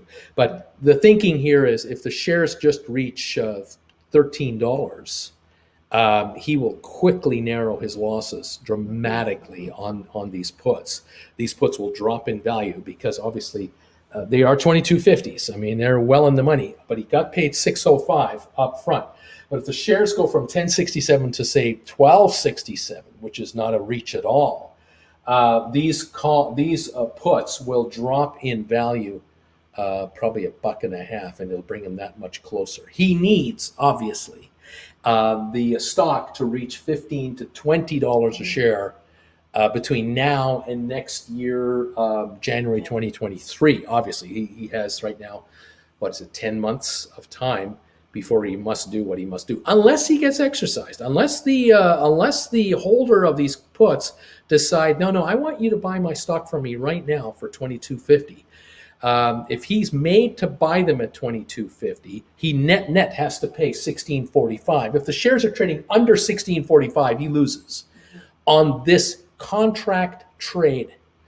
Now, if the shares are $15 each, when he's forced to buy these, he's only out $1.45. He could right away, now that he owns 2,000 shares of SoFi, he could right away write a call against them. And he wouldn't have to write out 2 years because he only needs $1.45 or more premium to bail himself out of this hole he's in. He's only lost $1.45 a share instead of losing right now the difference between 1067 and this price. In other words, right now he's down $5.85 on each contract, on each share that he's involved with right now. But he can reduce this. Every penny this thing goes up here reduces the loss over here times 2,000 shares. So at the moment, he's down not quite 12 grand, But if the shares go up $1, he gets 2,000 back. If they go up $2, he has 4,000 coming back. If they go up $3, he's got 6,000 coming, and so on and so on. But he needs the stock to go from 1067, where we closed, a lot closer to 1645 in order for him to make the next trade he does, the salvation trade. And if he's exercised, he's a call writer. He's an absolute instant call writer. Doesn't have to write as soon as he gets some 2-year contract or a 1-year contract. He can write a 1 month or a 2-month contract, a 6-week, a 3-week contract. He can start, nickel and diming his money back. He can make maybe 50 cents every 2 weeks back, or $1 or $2 every month back. It depends on what the shares do. If they do what we expect them to do, and that is get back into this $12 to $14 neighborhood at the very least, then he's within a couple of dollars of break even on his entire investment on this put. He does need 1645 or more to make money on this trade. He does. And it is possible the shares can go to 1645. The analysts, of course, have called it a $20 to $25 stock on their projections based on the business they're in. But when it was $8.80 a share 2 days ago, it wasn't looking good at all. He was down $8 plus per share on 2,000 shares. That was a $16,000 loss. That has been reduced now to under $12,000 already. Another couple of dollars a share, and this loss is down to about $6,000. It's quickly evaporating. The losses are disappearing as the shares have recovered. So, Nick, that's what you're gonna need. There is no put rollover that will totally bail you out at this point in time. Not at the moment. You're going to need to be closer to the money. And that's my attitude on it is, and my advice: don't do a dang thing. Absolutely nothing. The shares are going in the right direction. The company's getting the right kind of write-ups. We have earnings coming up next week. They are dying to talk to us about how well they're doing. They can't wait to tell us how they're doing. And the hope we have is that we're closer to the $15 mark in the not too distant future. And you're on your way. So there it is. But that's a real life example of what we have going on right here. And again, this is the similar thing that I'm talking about here with GameStop. The example here on GameStop is exactly the same. If you've written a put contract on GameStop and the shares are not going up because you did bet, you're making a wager when you write a cash secured put that the stock is going to go up or hold its own, and that you're going to win on the premium and or on a capital move higher on the stock. So obviously, if you are writing a cash secured put on GameStop at 110, for example, on the Friday night, you would receive $345 in cash. In effect, you're agreeing to buy the stock for $110 a share. We'll give you $345 a share up front to buy the stock for 110. In effect, you're now paying $106.55, the difference between $345 from the 110. Here, if you wrote a 115 put, you would have received $515 premium. You would be paying about just under $110 a share for this stock. And if you were writing the 120 put, you would receive $770. You would be paying net about $112.30 for the stock. Now the stock's $118.58. So here you're paying $110 for a 118 stock. Here you're paying about $106.50 for a 118 stock. Obviously, if the shares go down, you're protected because of this premium and this price from being out of losing money. But you're prepared to pay $110 a share for a stock that's trading at 118.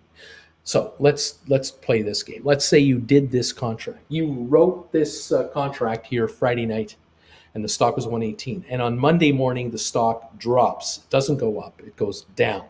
If the stock goes down, these contracts will go up in value. They'll become more expensive to buy back. You're losing money because you want the stock to go up, and the stock's not going up for you.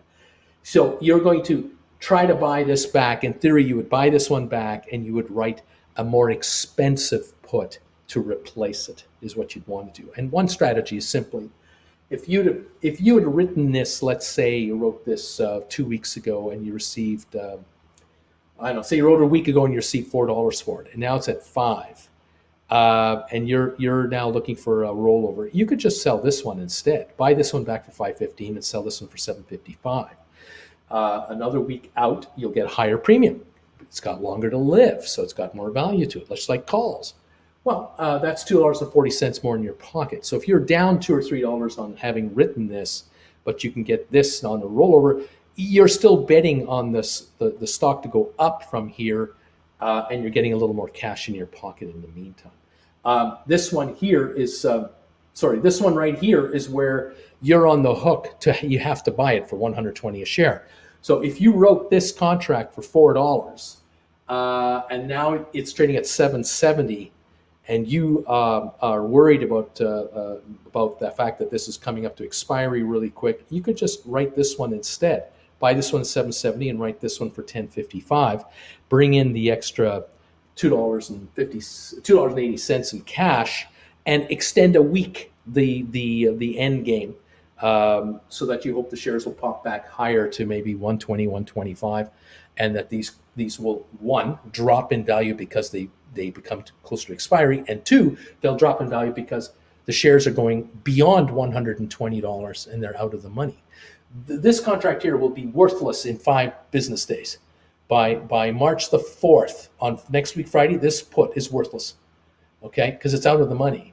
This one will be worthless the week after if the shares stay above 110. The shares stay above 115 as they are now, these two will be worthless as well.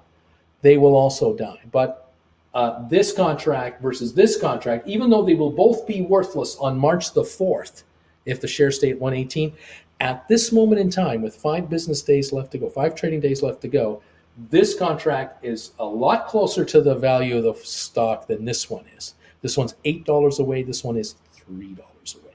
So a $3 move down puts this one in the money. An $8 move has to bring this one into the money. That's why this one's worth more money at this point in time.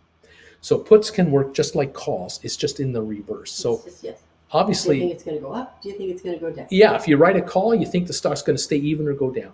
If you write a put, you think the stock's going to stay even or go up. Yeah. And that's why you're doing it. When you're writing. When you're writing, as a writer. As a writer. That's all we're talking about is writing. That's all we're talking about. That's right.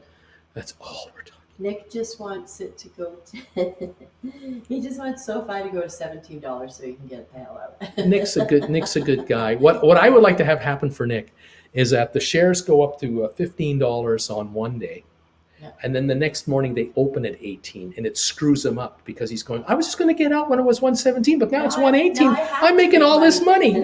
Damn it. What's with these guys? The other thing for Nick is, as time goes by, he will win, because if the shares rise and time goes by and the shares rise, those contracts will shrink in value. They will shrink out, and he will eventually be a winner on the entire trade. He could, in theory, if they go higher than 16 and keep climbing, they get into that $20 neighborhood. At $20 a share, he can only lose $250. He's only on the hook $250 on the contract, but he got paid $605 when he wrote them. I took this away. He got paid $605. So if he buys them back for $3, he makes $3. But because they expire next year in 2023, it's going to take a while for them to shrink down to $3 in value, because they have a lot of time left on them right now. And as you and I both know, all of us know here who are here, SoFi can move from $8.50 on the pre-market to $25 on the actual market. I mean, this thing has had a range like this. So a $2-3 movement in the stock, that is a nothing burger. It went from $8.80 on Thursday morning to where we closed on Friday at $10.67. Is that what I said? 10 something. I mean, that's almost $2 in just 1.5 trading days. So we had a couple of $2 gains here to $12.50 and to $14.50. You add that on to SoFi. Nick's trade isn't looking so bad anymore. All of a sudden, Nick's going, oh, heck, I'm like a one-day trade away from getting out of here. Good news. All right. Yeah. Kent wants to know, with a stock like GameStop that can get away from you quickly, yes, it's very volatile, what do you think about rolling over just to get back the money you need to spend to buy it back, ignoring the original premium that, yes, you have in your pocket? So not really looking to make a profit. Okay. Yeah. Just looking to get out and be flat. Okay. But, yeah, Well, once a writer, always a writer is the attitude of a stock you option. got to writer. be able to sleep at night. Well, there is that too. If you're a writer on GameStop, which almost all of you have been who are watching me here, most of you are, and the stock goes up on you, I've got good news for you. You're all richer. Your asset went up. You're all richer. Look, if the stock is 118 right now and you write a 120 call against it and you get $10 for it, and then the stock goes to 140, all right, and you're like, oh my God, this contract is like worth $20. I only got $10 for this thing or $12 for it. The good news is that your stock is at $140. You were 118 yesterday, they're 140 now. You're up $22 on your stock. You're down $10 on your contract. Yeah, but you're up 22 on your stock. You are $12 a share richer, just in theory, right? But we're not done yet. Now, to answer Kent's question, what the heck do I do, Bruce? This contract is trading at $22. I only got 10 for it. I don't care about my stock. I'm down money, man. What am I going to do? And I tell you to buy back your call on a stink bid and then turn around and sell a new call that has maybe a week further to live or 2 weeks longer to live for $5 or $10 higher in strike price. That's what I'm telling you to do. I'm telling you to break even on the trade. So you paid 22 to get it back. You got 22 when you sold the next one. That's even on your account, cash-wise. And now you lifted your strike price by $10. You've gone from a 120 to a 130. But you're going to sit there and go, well, wait, the stock's trading 140. I'm still down on this thing, you know? Like if they take me out, they're going to give me $130 on the stock. I say, yes, they are. But remember, you sold the first contract for $10. You're getting taken out at 140. 130 plus the 10 you originally got. Because this rollover, you broke even on it. But you moved up $10 in strike price. And guess what you do a week from now? A week from now, the stock's still at 140, 145 range. You're going to buy back the call you wrote last week and write another call for 2 weeks down the road, 3 weeks down the road, same amount of money, and you're going to move up strike price again. You might move up 5, you might move up 10. So you might go from a 130 to a 140. And then you'll sit there and go, okay, I got a 140 strike price, it's trading at 145. I did another break even on this rollover. I still have the original $10. If they take me out, they have to take me out at 140, plus I got that first $10 a share. I'm selling at 150. That's right. You're selling at 150, and we were 118 yesterday. And that's in the next 3 weeks. And again, it wants to go to 160, 65. Let's just say it's ahead of you. It won't stop. The stock won't come back to you.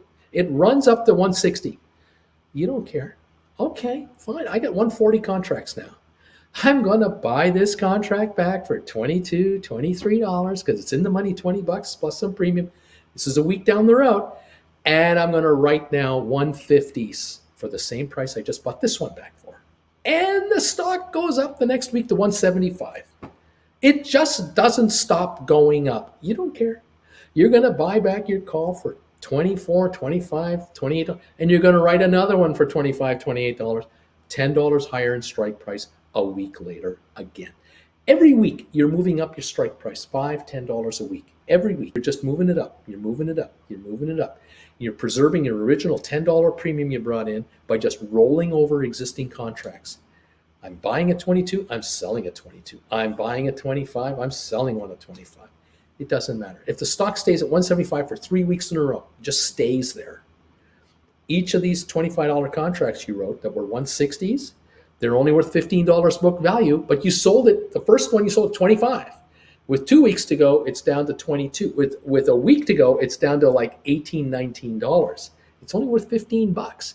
You're going to buy it back for $18, $19 and write a new one for $18, $19, $20, and it's going to have a higher strike price. Maybe only $5 more. You'll go from a 160 to a 165 with a stock trading at 175. You don't care. You're always a writer, and you're always adjusting your strike prices, and you're always bringing in premium on this deal. Theoretically, you could say, Bruce, spend 175 for 3 weeks. And 2 weeks ago, I got to the 160s, and then the next week I got to the 165s, and then the next week I got to the 170s. And they have 3 weeks to live. The stock's at 175. This thing's only $5 in the money. It's got 3 weeks to live. It's got a lot of premium to lose. You don't make a move the next week. You don't do anything. You just sit there because you're only $5 out of the money. You wrote for $22, $24. You wrote this last contract. You're letting it shrink and shrink and shrink as each day goes by because it's only 5 in the money. And it's going to be down in 15 trading days. It has only $5 book value. That's it. You sold it for 22 or 24. There's a premium coming to you.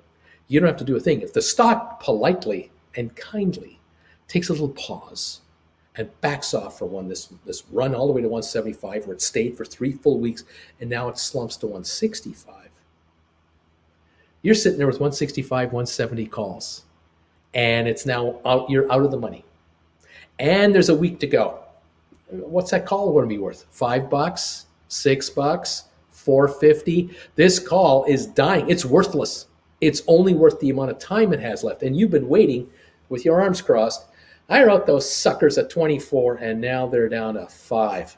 Guess what you're going to do? You're going to kindly buy it back and say, thank you for the $20 that I didn't have to pay this thing back for. I didn't have to pay for 25 for it. And now what am I going to do? I'm going to write 170 calls that have 2 to 3 weeks life left in them.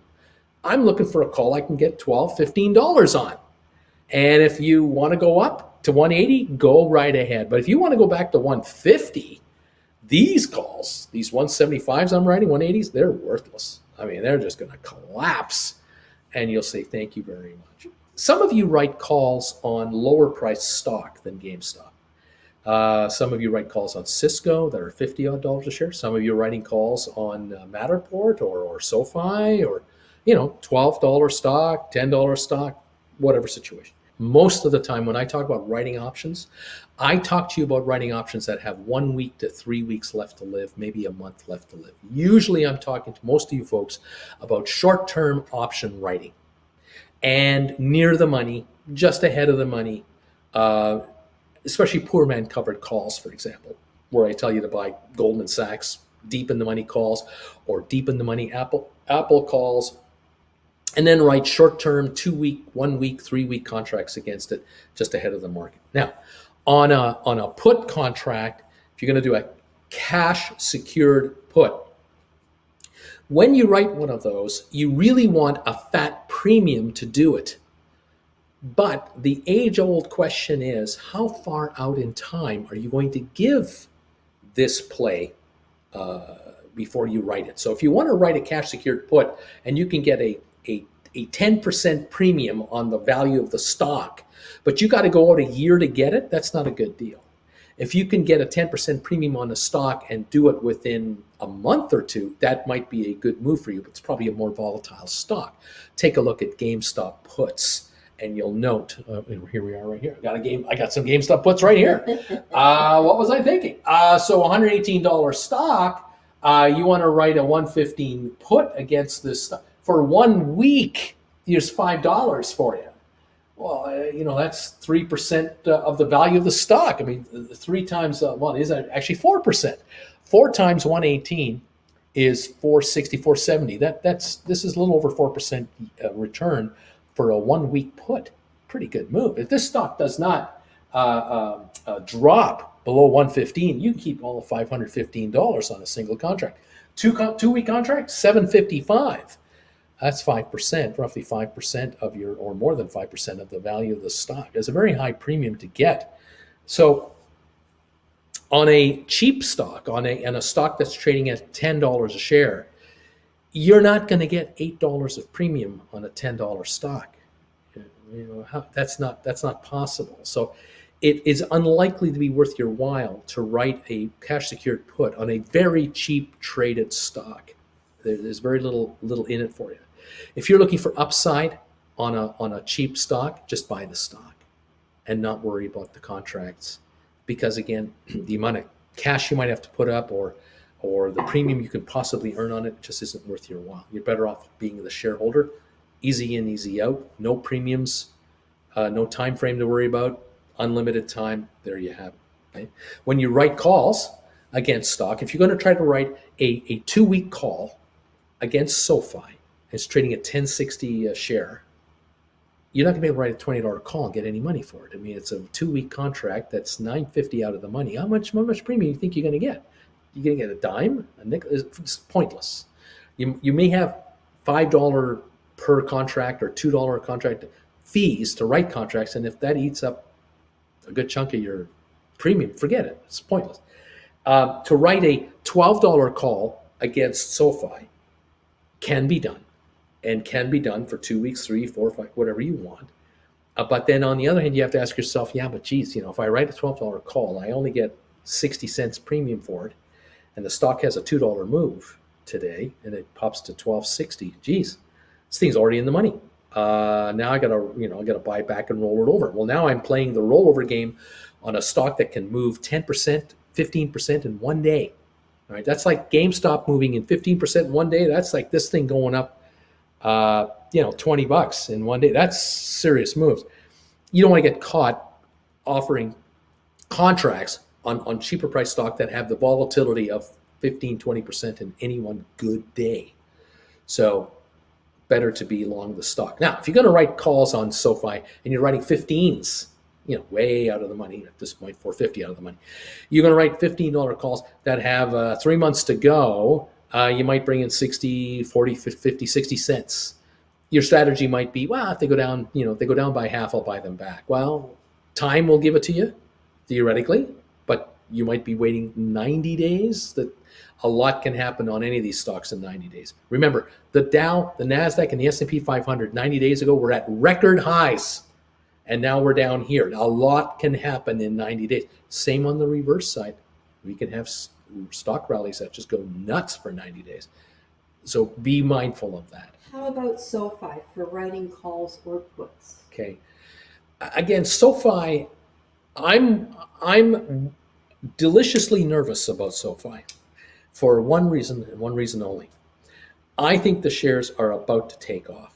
I fear for option writers that SoFi might make a run to $20 to $25 in like a 2-week time frame. That's what I worry about. It's a wonderful problem to have to worry about, as opposed to going the opposite direction. We've had the blowout. We've had the throw the baby out with the bathwater moment. It took place last week when the shares were at $8.50 on the pre-market and $8.80 on the opening, I think Thursday morning, if I recall. And we had Friday, and now we're at 1067. We've had the I'm getting out of here, I've given up moment. Thankfully, and I'm pretty sure I'm going to guess not a single one of my viewers sold at $8.80 to get out. I'm praying that no one that watches me gave up at $8.80 a share. I'm praying. Because if they didn't, they saw it come back the other way, the direction. They're going, oh, wait a minute. I don't have to get rid of this right now. It's already back to the 10. Oh, it's at 1067 already. Monday, we have the earnings, I think Monday after the close. On Tuesday, we find out how the street reacts to that. The shares are growing the way that I think they are. The company's growing the way I know it is, and new customers are signing up left, right, and center. And the company's going to talk about their recent acquisitions and their bank charter, and so will analysts. The upside is there. The downside is virtually non-existent. We've had the downside. It's over. Anybody who wanted out got out. Now it's the other direction. And so I'm kind of curious whether we're going to see a $12 to $13, $14 stock price in the not too distant future, which then leads us to the idea of, well, maybe we write calls against SoFi if it reaches this $14 neighborhood. And you could be right. But I'm still afraid that the higher they go, the higher they're going to keep going. Because once the momentum train starts on a stock like this, it just adds to the credibility of the deal. There will be commentators out there on TV or on vlogs or blogs who are going to be really hyping up the fact that The shares are trading at 14.50. They were at 8.80 last week. This kind of talk is going to come out. They're even going to say it a month from now. Oh, a month ago they were down to 8.80 a share. They're now at 14.50. This thing is really rolling. They're misinforming. The fact is, it's true. I mean, if you're on the witness stand and the lawyer says yes or no, did the shares hit 8.80 a share? You have to say yes. And if the lawyer then says yes or no, are they trading at 14.50 right now? You have to say yes if they're trading at 14.50. Then the lawyer will say yes or no. That's a phenomenal return on an investment. You have to say yes. What the lawyer won't ask you is, did every single person that ever owned SoFi, did they all buy the stock at 8.80 a share when it traded there, and they're now all up beautifully at 14.50? The answer is no, because how many shares traded at 18.80? A couple 100,000 for 15 minutes? Not virtually nobody got in on that deal. No, almost no one sold it down there, and almost no one bought it. But a few people did, and the print was made. It is posted. It is of the record. It's a done deal.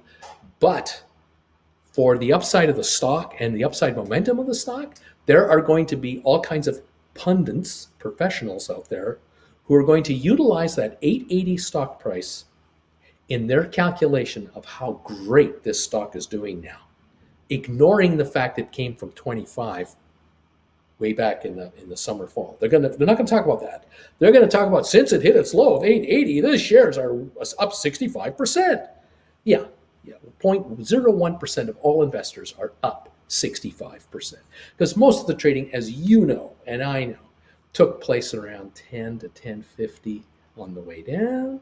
And now on the way up, we've had a lot of turnover, and here we are at 1067. But I think we've turned the corner on SoFi, and we now may have a bit of a relief rally and a recovery rally. 15 to 1750 would not be unreasonable. The stock was $16 after they announced their bank charter. To go back to there, technically that should be a no-brainer, an absolutely nothing burger. The question is, how much higher beyond that can it go? Can it break the $20 level, get to the 22 level again, and establish a new base? Then we're talking about writing options. And it's not that far away. It can happen in weeks, like a couple of weeks, and we could be back there. Watch for that. But being a shareholder at 1060 and having it go to 20 to 22 to 25 and writing 22, 25, 27, 50s, 28s, 30s, and whatever, you're making good money on your stock too, long term, and you don't have to worry about expiry dates. You can write forever. Right? Forever and ever. Forever and ever. Yeah. And some of you do that. Some of you are here watching me right now. You have stock positions you've had for years. You have stock positions you've had for years, and you've done nothing with them. And now you're starting to write options against these stocks you've had forever and ever. And you're realizing, oh my God, you know what? 5 years ago, we could have been making the kind of money every month that we were making working full time. Why weren't we doing this 5 years ago? Because Uncle Bruce wasn't on the air. What's with this guy? He's 66 years old. What took him so dang long? Come on, man. And here we are. So there's I hope your answer. I hope I've been able to help you with these rollover strategies. I don't want you to be afraid of this. Rollover strategies. Says that was me.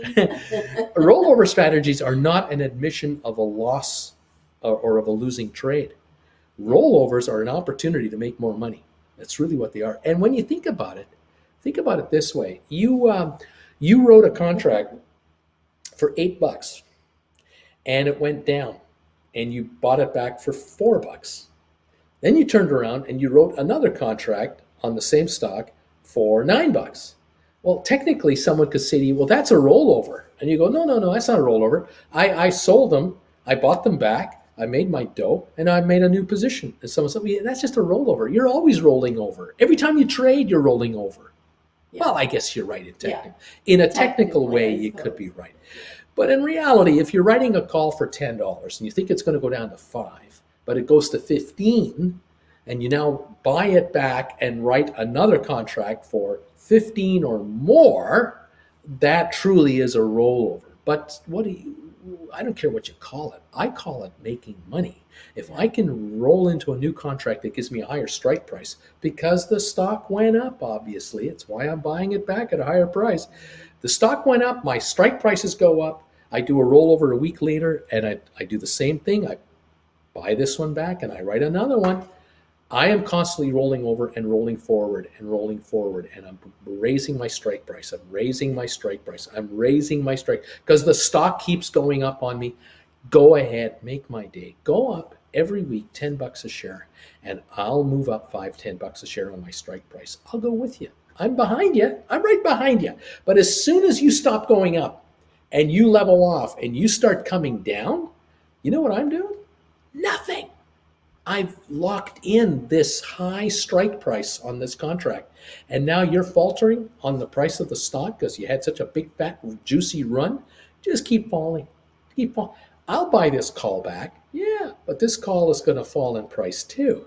And I'll wait for as long as it takes to buy this call back for that big, fat return. Thank you very much for backing off on the stock. You don't need the stock to go back to where it came from. Because remember, you wrote the first calls maybe at 110 when the GameStop was at 110, and then it went up to 120, and you wrote it up to 120, it went to 130, you wrote contracts up to 130. Stock wants to go to 150, you're going up to the 140 level, 145 level. The stock now backs off to 130, you're locked in at 140, 145. You've locked in that last contract. Stock goes to 125 and stops there. Stops now at 125, 130. That's the new range where it used to be 1 to 110 or 110 to 120. Now it's 130, 140. You don't care. You're at 140. That last contract you wrote after rolling over and rolling over and rolling over, that last contract is way up here.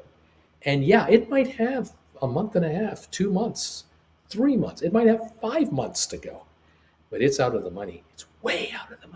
And it's going to shrink and shrink and shrink. And eventually, you'll either buy it back and write a new contract closer into the money, closer into time to roll this direction, or the shares are just under the value of that contract. And as each day and as each goes by, the shrinkage of that contract comes down, down, down, down, where when you buy it back, you'll go, I find the last one I wrote was $45. It was way up there. I just bought this thing back at $13. Thank you very much. And when my shares are up $30 from where it was before. So I'm up $30 on my stock. I made a nice little buck on this contract. And now what am I doing? I'm writing a new contract good for 2 weeks. Here we go again. Okay. If you think that the stock market is going to be in the doghouse for a while because of inflation, higher interest rates, the war, writing calls is how you make money in a stagnant market. Because now you are taking advantage of pure shrinkage, time shrinkage, every week, every 2 weeks, every 3 weeks, every month, as you keep writing contracts and buying them back for less, writing a contract, letting it buy for less. It doesn't matter what you paid for your stock. It doesn't matter what your average price is for your stock. Writing options is a week-to-week thing or a month-to-month thing on the value of the stock where the stock is now, not what you paid for it. It's irrelevant what you paid for it. You are trying to make money on a stock where it is now. Wants to go higher, you'll roll over. It wants to go dramatically lower, you'll roll back. It wants to kind of stick around here, you'll enjoy the shrinkage. It might be a day trade, it might be a 3-day trade, it might be a 1-week trade on a 1-month contract. You're open to whatever the stock wants to give you. Make you a don't little care. income. You're a writer now. You're a sniper, and you're always a sniper. You're always looking for your target, and you're going to get it. And that's the whole deal right here. Like you said, once a writer, always a writer. There you go. It's addictive. Yeah, thanks for coming out today, being with us today. Really enjoy your questions. They're really relevant. Don't forget to join us every day, Monday to Friday, Eastern time, 8:30 in the morning we start, and at 3 in the afternoon. And for you Gold Bagel members, don't forget, if you become a Gold Bagel member, you get to join me on the Trade Alert Show, which is before 8:30 every morning Eastern time, where we talk about what trades we're going to do this morning, either pre-market or as soon as we open for trading. What we're looking for. And that's what we're looking for, what we're looking out for, so you guys are prepped and ready to go. Become a Gold Bagel member today if you can. Enjoy these classes. Thank you, And- everybody, for joining Jen and I this weekend. Have a great Bye. weekend. Thank you, everybody. We'll keep these classes coming your way, and we'll try to get you guys smarter and Get smarter out and there and make smarter. some money. And let's make some more money. Okay, everybody. Thank you all. Have a wonderful weekend, and we'll talk to you next time. Take care. Bye. Bye for now.